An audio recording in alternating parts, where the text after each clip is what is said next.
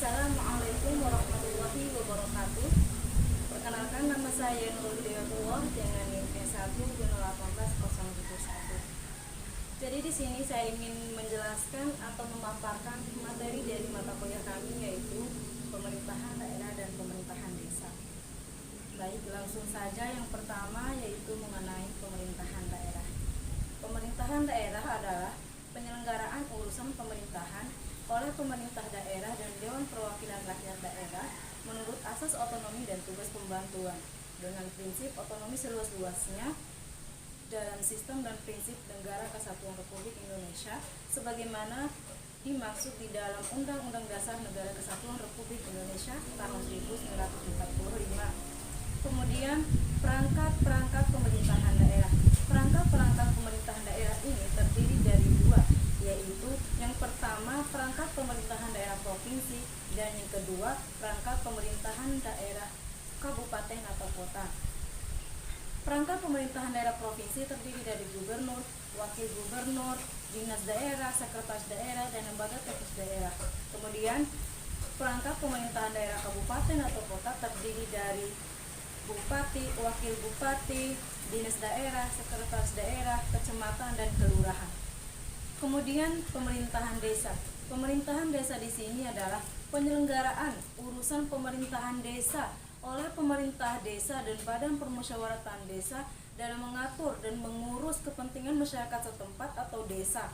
Kemudian perangkat pemerintahan desa. Perangkat pemerintahan desa terdiri dari kepala desa, sekretaris desa, bumdes, dan kepala dusun. Kemudian hubungan antara pemerintahan daerah dan pemerintahan desa. Pemerintahan daerah dan pemerintahan desa memiliki hubungan yang tidak dapat dipisahkan.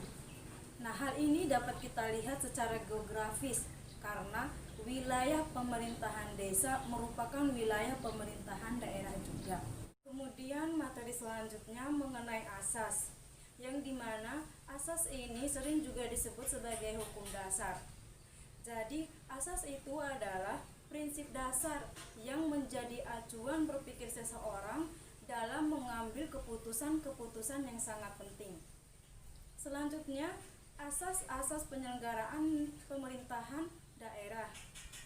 Asas penyelenggaraan pemerintahan daerah ini terdiri dari 10 asas, yaitu asas kepastian hukum, asas tertib penyelenggaraan negara, asas kepentingan umum, asas keterbukaan, asas proporsionalitas, asas profesionalitas, asas akuntabilitas, asas efisiensi, asas efektivitas, dan asas keadilan. Yang pertama mengenai asas kepastian hukum. Asas kepastian hukum, di mana asas kepastian hukum ini lebih mengutamakan landasan ketentuan peraturan perundang-undangan. Kemudian selanjutnya asas tertib penyelenggara negara, di mana asas ini menjadi asas keteraturan, keserasian, dan keseimbangan dalam pengendalian penyelenggaraan negara. Yang ketiga, asas kepentingan umum. Asas kepentingan umum merupakan asas yang dimana lebih mendahulukan kesejahteraan umum. Selanjutnya, asas keterbukaan. Asas keterbukaan merupakan asas yang membuka diri terhadap masyarakat untuk memperoleh informasi yang benar dan jujur. Kemudian asas proporsionalitas. Asas proporsionalitas ini merupakan asas yang mengutamakan keseimbangan antara hak dan kewajiban penyelenggaraan negara. Kemudian selanjutnya asas profesionalitas. Asas profesionalitas merupakan asas yang mengutamakan keahlian berlandaskan kode etik dan ketentuan peraturan perundang-undangan. Kemudian asas akuntabilitas. Asas akuntabilitas ini di mana asas ini yang setiap hasil akhirnya itu harus dapat dipertanggungjawabkan kepada masyarakat tersebut. Kemudian asas efisiensi dan asas efektivitas. Asas efisiensi dan efektivitas ini merupakan asas yang dimana penyelenggaraannya itu Jangan sampai tidak ada gunanya atau berjalan begitu saja tanpa adanya tujuan yang tercapai. Kemudian asas keadilan. Asas keadilan ini merupakan asas yang lebih mencerminkan keadilan. Selanjutnya mengenai asas-asas penyelenggaraan desa. Asas penyelenggaraan desa ini hampir sama dengan penyelenggaraan pemerintahan daerah, di mana asas-asas penyelenggaraan desa ini terdiri dari 11, yaitu asas kepastian hukum, asas tertib penyelenggaraan negara, asas kepentingan umum, asas keterbukaan, asas profesionalitas, asas akuntabilitas, asas efektivitas dan efisiensi, asas keberagaman, asas kearifan lokal, dan asas partisipatif. Baik, materi selanjutnya yaitu mengenai kewenangan. Kewenangan di sini adalah hak untuk melakukan sesuatu atau memerintah orang lain untuk melakukan atau tidak melakukan agar tercapainya tujuan tertentu. Kemudian yang kedua, mengenai kewenangan yang tidak diberikan kepada pemerintahan daerah dan pemerintahan desa. Berdasarkan bab 3 Undang-Undang Nomor 32 Tahun 2014, ada beberapa kewenangan yang tidak diberikan kepada pemerintahan daerah dan pemerintahan desa. Yang pertama yaitu politik luar negeri. Maksudnya di sini yaitu kerjasama dengan negara lain itu hanya bisa dilakukan oleh pemerintah pusat saja. Kemudian yang kedua, pertahanan. Maksudnya pemerintahan daerah tidak bisa mendirikan atau membuat angkatan bersenjata sendiri atau menyatakan damai atau perang dengan negara lain. Kemudian yang ketiga, keamanan. Maksudnya di sini yaitu tidak diperkenankan untuk mendirikan sebuah seperti kepolisian negara untuk menjaga ketertiban. Kemudian yang keempat, mendirikan lembaga negara.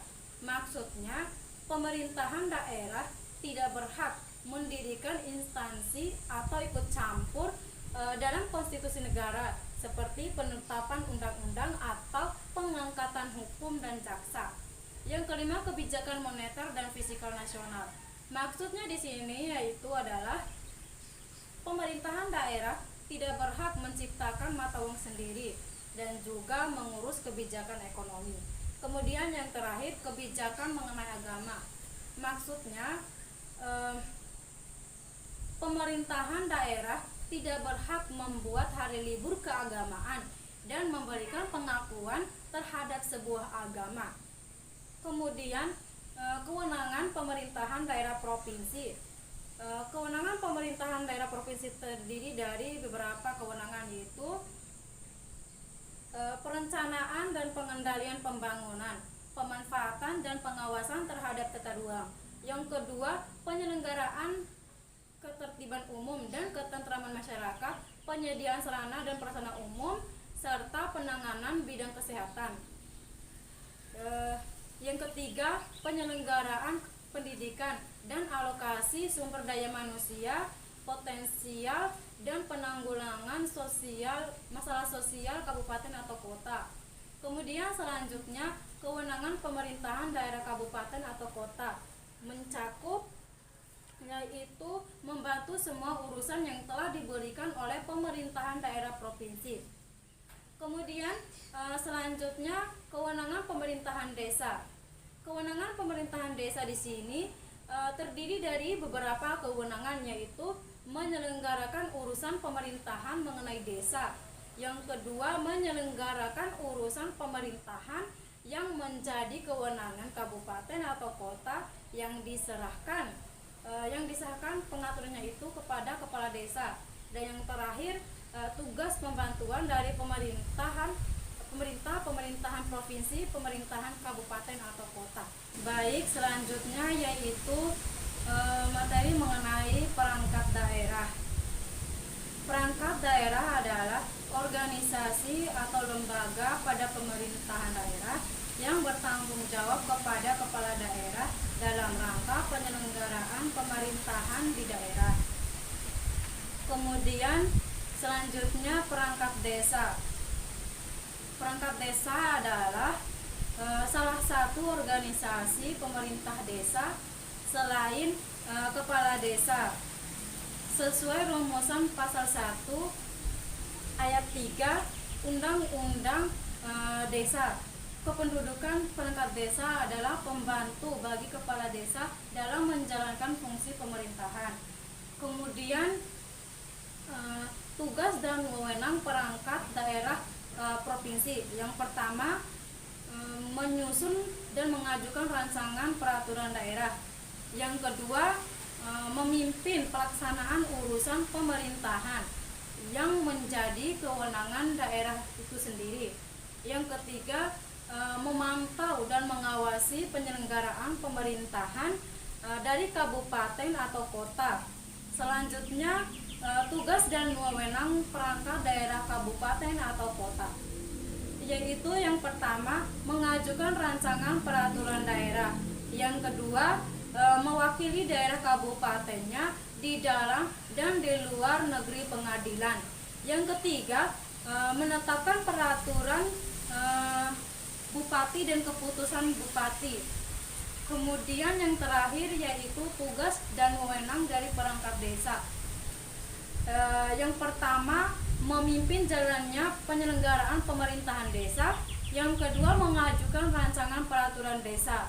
Yang ketiga, membina kehidupan dan perekonomian desa. Demikian pemaparan materi dari saya. Lebih dan kurangnya saya mohon maaf. Wabillahi taufiq wal hidayah. Wassalamualaikum warahmatullahi wabarakatuh.